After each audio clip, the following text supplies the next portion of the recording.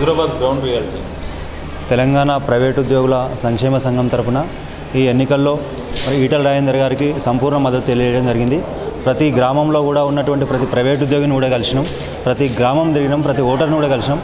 ఓటర్లందరూ కూడా క్లియర్గా ఉన్నారు, కేసీఆర్కి గుణపాఠం చెప్పాలి అనే ఒక క్లియర్ మెసేజ్తో ఉన్నారు. ఈటల రాజేందర్ గారు గతంలో వారు పోటీ చేసినటువంటి కారు గుర్తు మీద పోటీ చేస్తే ఏ మెజార్టీ అయితే వచ్చిందో దానికి ఎక్కువగా ఇప్పుడు కమలం గుర్తు మీద పోటీ చేస్తారు.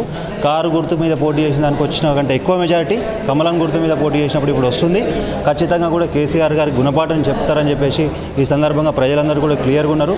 మరి రాత్రి నుంచి చూసినటువంటి టీఆర్ఎస్ వాళ్ళు ఓటుకు 6,000 రూపాయలు ప్రత్యక్షంగా అందరికీ పనిచేశారు. 2 లక్షల మందికి వాళ్ళు 6,000 రూపాయలు పంచడం జరిగింది.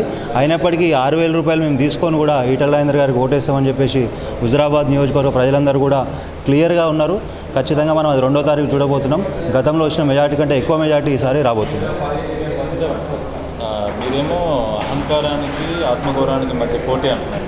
మీరు చెప్పే ఆత్మగౌరవం ఇవాళ తెలంగాణ ఉద్యమకారులు ఎక్కడున్నారు? నిన్న ప్లీనరీ చేసుకురు వాళ్ళు. తెలంగాణ ఉద్యమకారులు ప్లీనరీలో ఆ వేదిక మీద ఎంతమంది ఉన్నారు? ఇవాళ తెలంగాణ ద్రోవులందరినీ పక్కన కూర్చోబెట్టుకొని, తెలంగాణ ఉద్యమం చేసే టైంలో దాడులు చేసినటువంటి వాళ్ళని పక్కన కూర్చోబెట్టుకొని, తెలంగాణ ఉద్యమంలో పాల్గొన్న వాళ్ళందరినీ కూడా బయటికి పంపిస్తున్నావు. ఇదేనా తెలంగాణ ఆత్మగౌరవం? తెలంగాణ వ్యతిరేకించిన వాళ్ళందరినీ కూడా నీ పక్కన చేర్చుకున్నావు. కాబట్టి ఈరోజు హుజురాబాద్ ప్రజలు గుణపాఠం చెప్పడానికి సిద్ధంగా ఉన్నారు.